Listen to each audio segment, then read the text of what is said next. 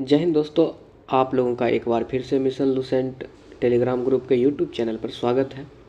आज हम लोग दरोगा के मोस्ट इम्पॉर्टेंट 100 प्रश्न को पढ़ने वाले हैं।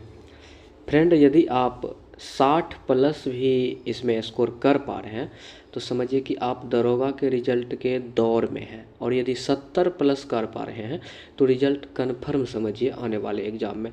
क्योंकि ये जो सेट तैयार किया गया है आपके सिलेबस को देखते हुए तैयार किया गया है, और इस 100 प्रश्न को लगाने के बाद आप लास्ट में महसूस करेंगे कि सेट कितने लाजवाब तरीके से सेट किए गए हैं। तो चलिए थोड़ा हम इसको एडजस्ट कर लेते हैं और आज के प्रश्न का शुरुआत करते हैं हम लोग। ठीक है, तो पूरा सेशन में बने रहिएगा। पहला प्रश्न है, शौनक तथा पेम्पलाद शाखाएं किस वेद से संबंधित है? तो ये अथर्ववेद से संबंधित है। मन के बनाने वाले कारखाने का साक्ष्य सिंधु घाटी के किस स्थल से प्राप्त हुआ था? तो ये लोथल और चनहुद्रो दोनों जगह से प्राप्त हुए थे। तो ऑप्शन नंबर डी इसका आंसर हो जाएगा। आगे है, भैरोवाल की संधि किस वर्ष हुई थी? तो ये 22 दिसंबर 1846 को हुए थे। चलिए चौथा प्रश्न को देखते हैं। चौथा प्रश्न है, 1911 के दिल्ली दरबार के घोषणा में निम्नलिखित में से क्या शामिल था? तो देखिए, इसमें बंगाल विभाजन को रद्द करना और बंगाली भाषा क्षेत्र को मिलाकर एक प्रांत बनाना और बिहार राज्य की स्थापना जिसमें उड़ीसा भी शामिल है, ये सभी जो है ना शामिल थे। तो ऑप्शन डी आंसर हो जाएगा। सेवा समिति की स्थापना किसके द्वारा किया गया था? तो हृदयनाथ कुंजरू के द्वारा किए गए थे। प्रश्न संख्या 6। प्रश्न है, निम्नलिखित में से कौन सी जोड़ी सही सुमेलित नहीं है? देखिए, प्रमुख युद्ध है और उसका वर्ष दिया गया है। तो चौसा का युद्ध 1539 ठीक है। कोलाचेल का युद्ध 1741। खुर्दा का लड़ाई जो खुर्दा का युद्ध 1795। रूहेला का युद्ध 1772, ये गलत है, यहाँ पर 1774 हो जाएगा, इसको याद रखिएगा। आगे है, विशेष आर्थिक क्षेत्र के उद्देश्य में क्या शामिल नहीं है? तो विशेष आर्थिक क्षेत्र के उद्देश्य में क्या शामिल नहीं है? तो इसमें अतिरिक्त आर्थिक गतिविधि पैदा करना शामिल है, ढांचागत सुविधा विकसित करना ये भी शामिल है, विदेशी स्रोत से निवेश को बढ़ाना ये भी शामिल है, लेकिन 500 करोड़ से अधिक आय वाली कंपनी को शामिल करना ये इसमें शामिल नहीं है। तो ऑप्शन नंबर आपका डी हो गया। आगे बढ़ते हैं। प्रश्न संख्या 8। भारतीय अर्थव्यवस्था में विद्युत, गैस तथा जल आपूर्ति किस क्षेत्र के अंतर्गत आते हैं? तो ये द्वितीयक क्षेत्र के अंतर्गत आते हैं। आगे है, किस समिति ने निर्धनता की पहचान हेतु कॉस्ट ऑफ लिविंग को आधार के रूप में स्वीकार किया था? तो ये सुरेश तेंदुलकर समिति हो जाएंगे। बढ़िया प्रश्न है, इसे याद कर लीजिएगा आप लोग। प्रश्न संख्या 10। 76वें गणतंत्र दिवस समारोह 2025 के मुख्य अतिथि के रूप में कौन शामिल हुए थे? तो ये प्रोबोवो सुबियंतो शामिल हुए थे, याद रखेंगे। 33वें ग्रीष्मकालीन ओलंपिक खेल 2024 में भारत को कुल कितने पदक प्राप्त हुए थे? तो इसमें 6 पदक प्राप्त हुए थे। अगला प्रश्न को देखते हैं हम लोग। अगला प्रश्न है, केंद्रीय बजट 2024-25 के अनुसार राजस्व घाटा कुल जीडीपी का कितना प्रतिशत था? तो ये जो हो जाएंगे 1.8%, याद रखेंगे, ऑप्शन नंबर डी। और 24वें एससीओ शिखर सम्मेलन का आयोजन कहाँ किया गया? 24वां नंबर का यहाँ पर पूछा गया है, तो ये कजाकिस्तान में, और 25वां नंबर का पूछेगा तो ये चाइना में किया गया है। ठीक है, इसको याद रख लीजिएगा।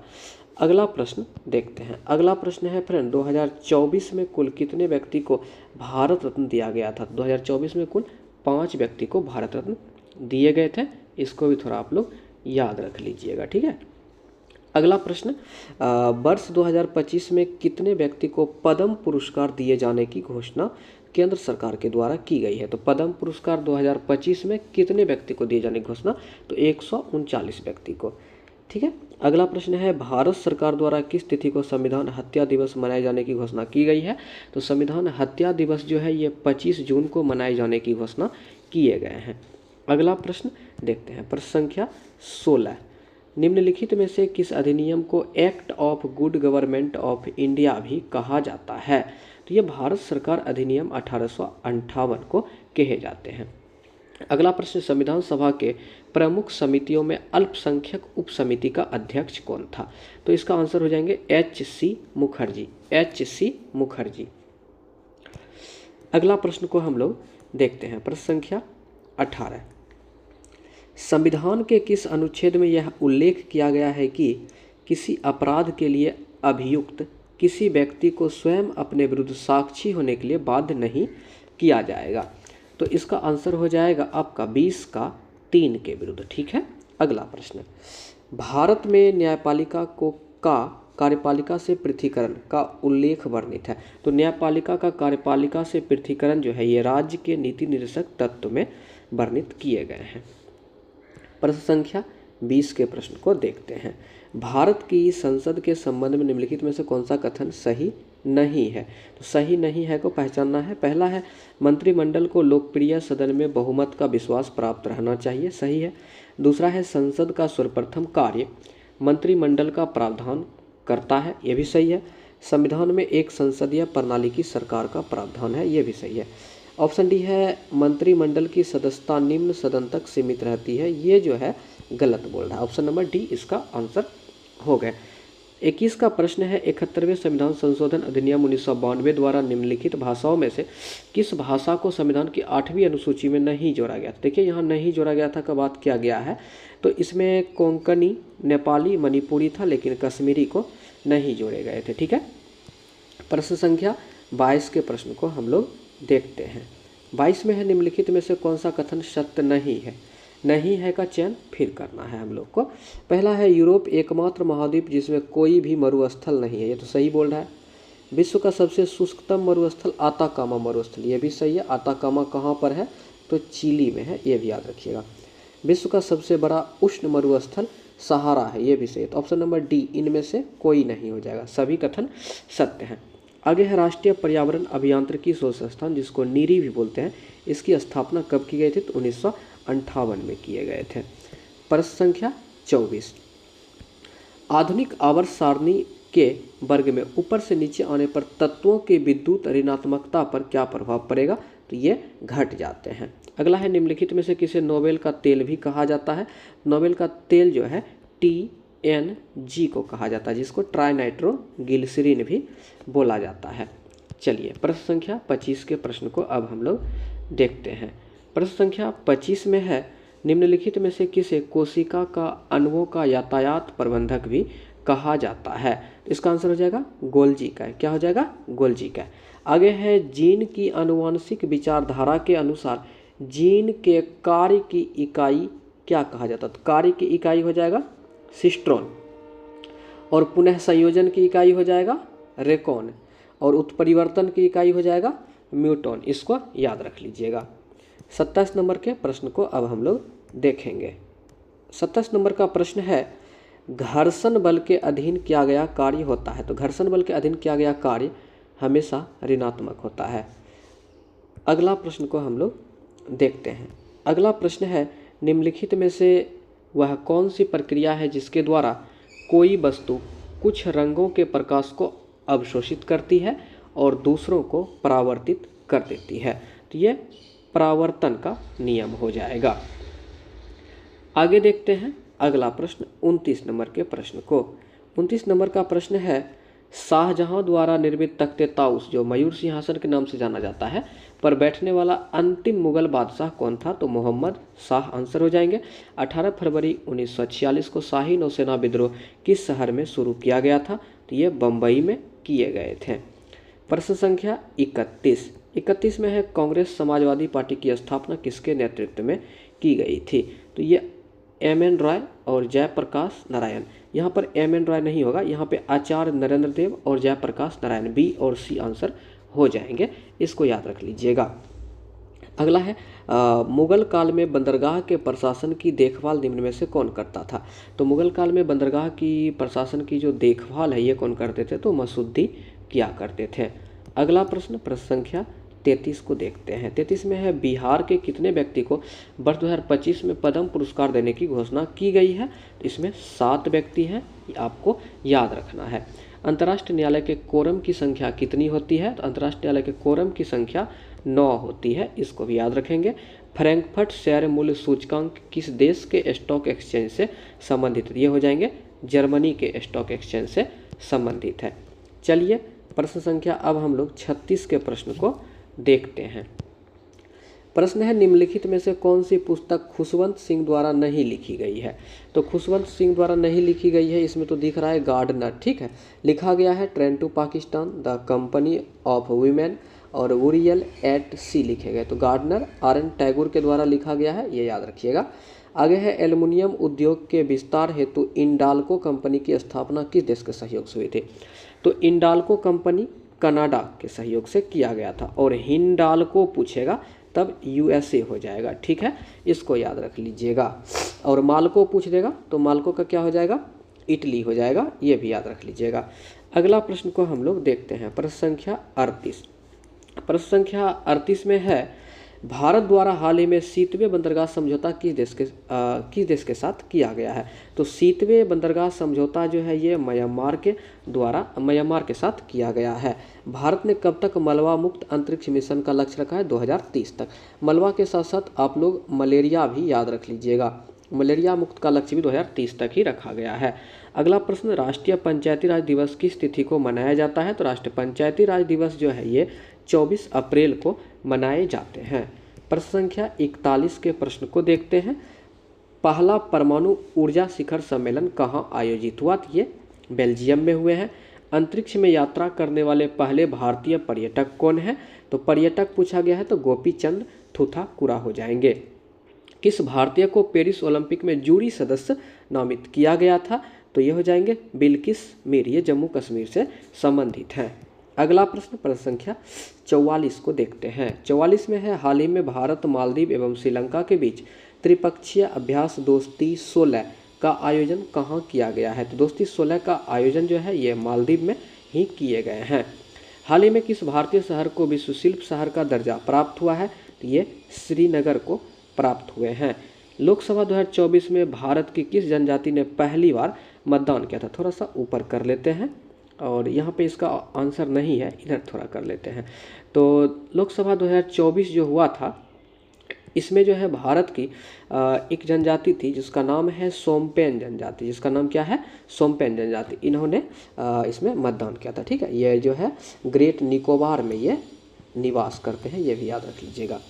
आगे है लता दीनानाथ मंगेशकर पुरस्कार 2024 से किसे सम्मानित किया गया है। तो ये अमिताभ बच्चन को। राष्ट्रीय विकास परिषद का गठन कब किया गया था।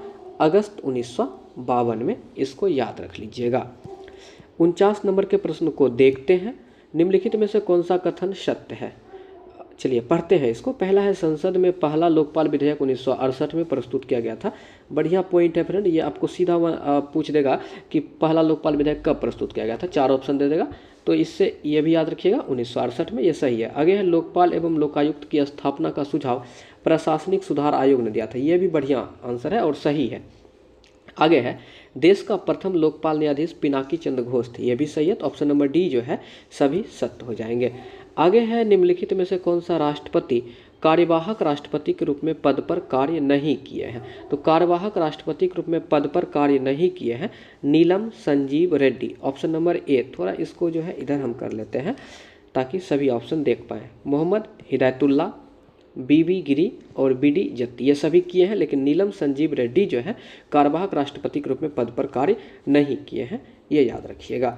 अगला प्रश्न देखते हैं। 51 नंबर का प्रश्न है राज्यसभा के कितने ऐसे सदस्य रहे जो कालांतर में भारत के प्रधानमंत्री बने हैं। तो 4 सदस्य ऐसे रहे जो कालांतर में भारत के प्रधानमंत्री बने हैं। अरब रेगिस्तान में बहने वाली गर्म एवं शुष्क हवा को किस नाम से जाना जाता है। तो ये सीमुक के नाम से जाना जाता है। चिनूक कहाँ चलती है। तो ये नॉर्थ अमेरिका में चलती है। फोन ये स्विट्जरलैंड में चलती है। सुरोको जो है सहारा मरुस्थल में चलती है, इसको भी याद रख लीजिएगा। अगला प्रश्न, प्रश्न संख्या 53 के प्रश्न को देखते हैं। 53 में है भूमध्य सागर व अटलांटिक महासागर को जोड़ने वाली जल संधि कौन सा है। तो ये जिब्राल्टर जल संधि हो जाएंगे। आगे है चीता संरक्षण कोष का मुख्यालय कहाँ है। तो ये नामीबिया हो जाएंगे, याद रखेंगे।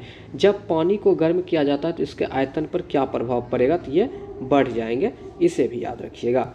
अगला प्रश्न 56 नंबर है कैसिटेराइट निम्नलिखित में से किस धातु का अयस्क है। मोस्ट इंपॉर्टेंट प्रश्न है, इसको याद रखिएगा। ये टीन का अयस्क, कैसिटेराइट टीन का ये अयस्क है। चलिए अब 57 नंबर के प्रश्न को हम लोग देखते हैं। 57 नंबर का प्रश्न है निम्नलिखित में से कौन सा कथन हाइड्रा जीव की विशेषता को प्रदर्शित करता है? चलिए, हाइड्रा जीव की विशेषता को प्रदर्शित करता है तो हाइड्रा जीव में मुकुलन विधि से प्रजनन होता है, सही है। इसमें पुनरुद्भवन की क्षमता होती है, बहुत बढ़िया आंसर है। और इस जीव में टेंटिकल्स जैसी संरचना पाई जाती है, ये सभी सही है, ठीक है। ऑप्शन नंबर डी, इसमें पुनरुद्भवन की क्षमता और अमरत्व का गुण भी हाइड्रा में पाया जाता है, ये भी याद रखिएगा आप लोग। आगे है चूहा मारने वाली दवा के रूप में निम्नलिखित में से किसका प्रयोग किया जाता है? तो चूहा मारने वाली दवा के रूप में जिंक फॉस्फाइड का प्रयोग किया जाता है, इसको याद रखिएगा। 59 नंबर का प्रश्न को अब देखते हैं। प्रश्न है वर्ष 1955 में गठित कार्बे समिति का संबंध निम्नलिखित में से किससे था? तो कार्बे समिति का संबंध जो है ये किससे थे, इसको याद रखना है। ये लघु उद्योग हो जाएंगे, ये क्या हो जाएंगे? लघु उद्योग हो जाएंगे। भारत में सामाजिक बैंकिंग सेवा की शुरुआत किस वर्ष की गई थी? तो ये 1969 में किए गए थे, इसको याद रख लीजिएगा। 61 नंबर का प्रश्न है निम्नलिखित युग्मों में से कौन सा युग्म सही है? तो सही युग्म की पहचान करना है, ठीक है।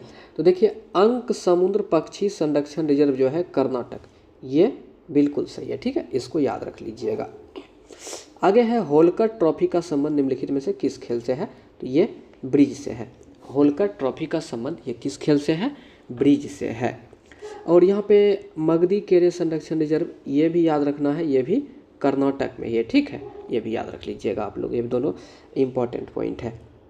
तो होलकर ट्रॉफी का संबंध ब्रिज से था। अगला प्रश्न को देखते हैं।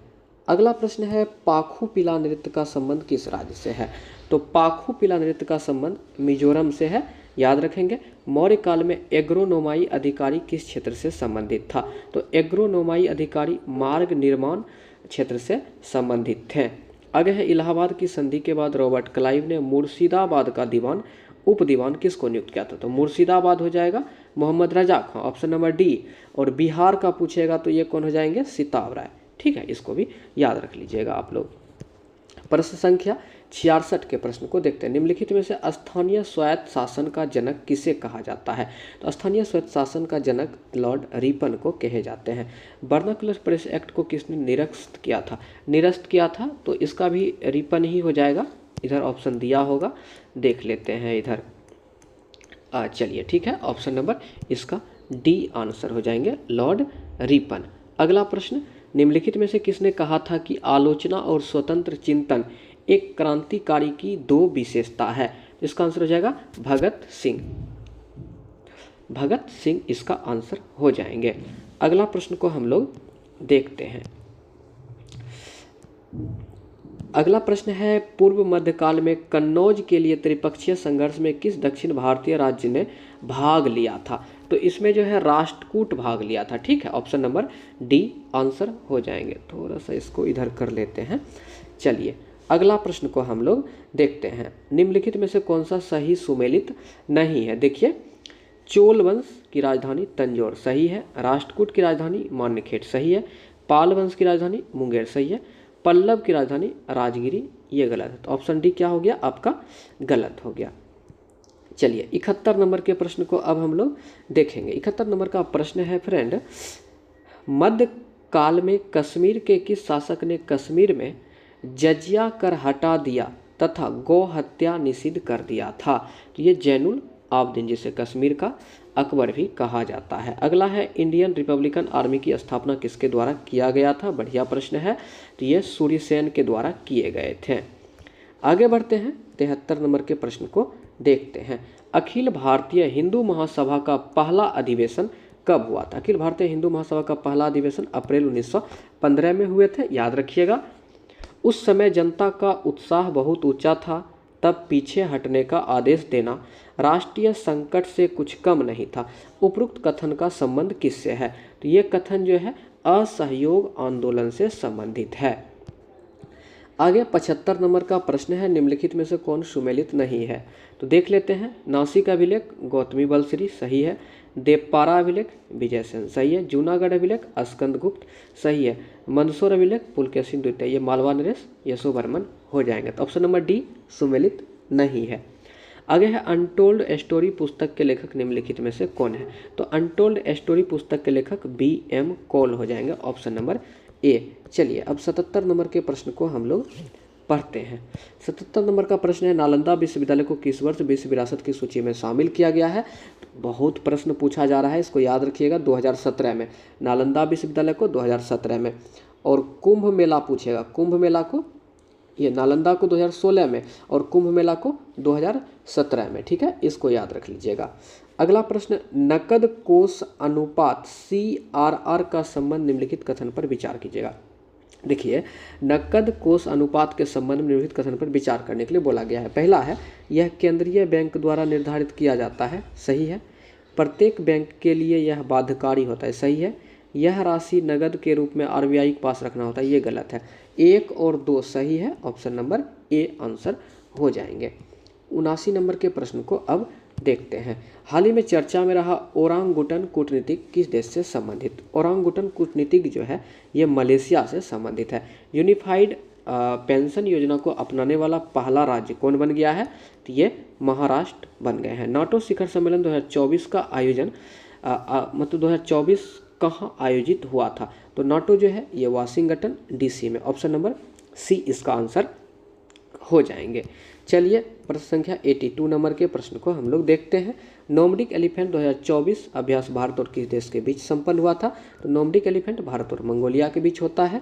भारत की पहली बहुउद्देशीय हरित हाइड्रोजन पायलट परियोजना का उद्घाटन किस राज्य में किया गया है? तो ये हिमाचल प्रदेश में किए गए हैं। देश का पहला शून्य कार्बन उत्सर्जन हवाई अड्डा कौन सा है? तो ये दिल्ली हवाई अड्डा हो जाएगा आंसर। प्रश्न संख्या 85, एशियन गेम 2026 का आयोजन किस देश में किया जाएगा? तो एशियन गेम 2026 का आयोजन ये जापान में किए जाएंगे। किस राज्य द्वारा स्कूली पाठ्यक्रम में AI को शामिल किया गया है? तो AI को शामिल किया गया है केरल राज्य के द्वारा, याद रख लीजिएगा। चलिए 87 नंबर के प्रश्न को अब हम लोग देखते हैं। 87 नंबर का प्रश्न है, बिहार में 2 नए रामसर स्थलों की घोषणा की गई है, ये किस जिले में स्थित है? तो बिहार में जो 2 नए रामसर स्थलों की घोषणा की गई है ये दोनों जमुई में है। इसके अलावा जो है अभी 2 और इसमें शामिल हो गया है, एक गोकुल जलाशय है, दूसरा जो है उदयपुर झील है। इसमें जो है गोकुल जलाशय ये कहाँ है? तो ये बक्सर में है, ठीक है, इसको याद रख लीजिएगा। और जो उदयपुर झील है ये कहाँ है?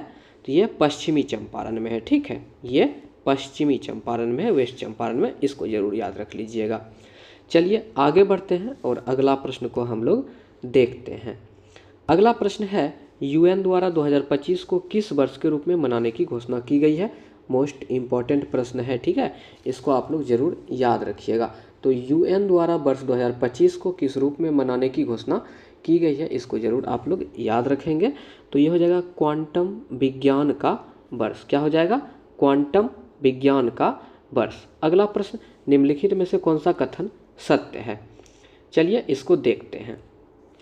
जलोढ़ मिट्टी में पोटास, नाइट्रोजन, फास्फोरस एवं ह्यूमस की बहुलता होती है, ये गलत है, ठीक है। आगे है, लाल मिट्टी में सिलिका एवं आयरन की बहुलता होती है, सही है। काली मिट्टी में आयरन, चूना, एल्युमिनियम एवं मैग्नीशियम की बहुलता होती है, भी सही है। तो 2 और 3 सही है, तो ऑप्शन नंबर B के साथ चलें, ऑप्शन नंबर B इसका आंसर हो जाएगा। 2 और 3 सही है। चलिए आगे बढ़ते हैं, अगला प्रश्न को हम लोग देखते हैं। 90 नंबर का प्रश्न है, 2011 के जनगणना के अनुसार सर्वाधिक अनुसूचित जाति SC जनसंख्या प्रतिशत वाला राज्य कौन सा है? तो ये हो जाएगा पंजाब। क्या हो जाएगा? पंजाब। अगला प्रश्न को हम लोग देखते हैं। अगला प्रश्न है, निम्नलिखित में से कौन सा सुमेलित नहीं है? चलिए देखते हैं। पहला है जिब्राल्टर, ये जल संधि है, तो भूमध्य सागर और अटलांटिक महासागर, बिल्कुल सही है। दूसरा है कुक, तस्मान सागर और दक्षिणी प्रशांत सागर, ये भी सही है। मलक्का है तीसरा, जावा सागर और बंगाल की खाड़ी को जोड़ेगी, ये भी सही है। डोबर जो है उत्तरी सागर और प्रशांत सागर, ये जो है गलत है, ऑप्शन नंबर D गलत हो जाएंगे। चलिए अब 92 नंबर के प्रश्न को हम लोग देखते हैं। 92 नंबर का प्रश्न है, निम्नलिखित में से कौन सा प्लेट दक्षिणी अमेरिका तथा प्रशांत महासागरीय प्लेट के बीच है? तो ये हो जाएगा नजका प्लेट। क्या हो जाएगा इसका आंसर? Nazca plate. आगे है, गोदावरी नदी का अब्बाह बेसिन भारत के निम्नलिखित में से किस राज्य में फैला हुआ है? तो ये हो जाएगा महाराष्ट्र, छत्तीसगढ़, तेलंगाना, आंध्र प्रदेश तथा ओडिशा, ऑप्शन नंबर B इसका आंसर हो जाएंगे। अगला प्रश्न को हम लोग देखते हैं। 94 नंबर का प्रश्न, निम्नलिखित में से किस अधिनियम के तहत भारत के राज्य सचिव secretary of state for India की नियुक्ति की गई थी? तो ये 1858 का भारत शासन अधिनियम के तहत। चलिए 95 नंबर के प्रश्न को अब देखते हैं। भारतीय संविधान के किस अनुच्छेद के तहत देश के किसी भी क्षेत्र में आवागमन की स्वतंत्रता का वर्णन किया गया है? तो आवागमन 19 का डी में है। निम्नलिखित में से किस संविधान संशोधन अधिनियम द्वारा संविधान संशोधन विधेयक पर राष्ट्रपति को अपनी स्वीकृति देने के लिए बाध्यकारी बना दिया गया था? तो ये 24वां संविधान संशोधन अधिनियम हुआ कब था? 1971 में, इसको याद रखिएगा। आगे 97 नंबर का प्रश्न है, भारत के नए संसद भवन के संबंध में निम्नलिखित कथन में से कौन सा सत्य है? चलिए सत्य कथन का चयन करते हैं। नए संसद भवन के छत पर राष्ट्रीय प्रतीक का निर्माण किया गया है, सही है। इसके निर्माण में ग्रेनाइट और बलुआ पत्थर का प्रयोग किया गया है, सही है। नए संसद भवन के 3 मुख्य द्वार थल, जल एवं नभ को समर्पित करता है। ऑप्शन नंबर डी सभी सत्य हैं। चलिए 58 नंबर का प्रश्न को अब देखते हैं। प्रश्न है, निम्नलिखित में से किस रसायन का प्रयोग कृत्रिम बादल बनाने के लिए किया जाता है? तो कृत्रिम बादल बनाने के लिए सिल्वर आयोडाइड का प्रयोग किया जाता है। ठंडे देश में पारा के स्थान पर अल्कोहल को तापमापी द्रव के रूप में वरीयता क्यों दी जाती है? क्योंकि अल्कोहल का द्रवनांक निम्नतर होता है। क्या हो जाएगा? अल्कोहल का द्रवनांक निम्नतर होता है। और आज का लास्ट प्रश्न है, अम्ल कण के 2 आवेश, यहाँ पर अल्फा कण होना चाहिए, थोड़ा इसको सही कर लीजिएगा। अल्फा कण के 2 आवेश, इसका द्रव्यमान लगभग किन के बराबर होता है? तो ये हीलियम के 1 परमाणु नाभिक के बराबर होते हैं। ऑप्शन नंबर बी इसका आंसर हो जाएगा। दोस्तों ये हमारा टेलीग्राम चैनल है, आप इस चैनल से जुड़ करके प्रत्येक दिन टॉपिक वाइज टेस्ट लगा सकते हैं। सप्ताह में 2 दिन दरोगा का टेस्ट होता है, आप इसे भी लगा सकते हैं। ये हमारा यूट्यूब चैनल है, आप हमारे यूट्यूब चैनल को सब्सक्राइब करके बेल आइकन ज़रूर बजाएं ताकि अगला वीडियो जैसे ही अपलोड किया जाए सबसे पहले वो आप तक पहुँचे। और हाँ, यदि आपको वीडियो अच्छा लगा हो लाइक करना ना भूलें। धन्यवाद।